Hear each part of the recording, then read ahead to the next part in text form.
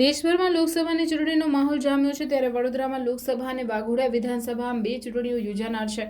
ભાજપ અને કોંગ્રેસ બંને પક્ષ દ્વારા લોકસભાના ઉમેદવારોની જાહેરાત કરી દેવામાં આવી છે અને બંને ઉમેદવારો પ્રચારમાં જોડાયા છે. ત્યારે રાષ્ટ્રીય સેવક સંઘના વડા મોહન ભાગવત વહેલી સવારે રેલ માર્ગે વડોદરા આવી પહોંચ્યા. આગામી 3 દિવસ સુધી તેઓ નિશ્ચિત વિવિધ કાર્યક્રમોમાં હાજરી આપશે. સૂત્રોના જણાવ્યા અનુસાર તેઓ આગામી 3 દિવસ રોકાણ કરવાના છે. વડોદરા રેલવે સ્ટેશન પર તેમનું ઉષ્માભેર સ્વાગત કરવામાં આવ્યું હતું. વડોદરામાં તેઓના બૌદ્ધિક સંવાદનું આયોજન કરવામાં આવ્યું હતું, જેમાં શહેરના જાણીતા બુદ્ધિજીવીઓ હાજરી આપશે. 7 એપ્રિલના રોજ તેઓ નર્મદા જિલ્લાની મુલાકાતે લેનાર છે. ત્યાં તેઓ દત્ત તીર્થ ગરુડેશ્વર મંદિરની મુલાકાત લઈ પૂજન અર્ચન કરશે.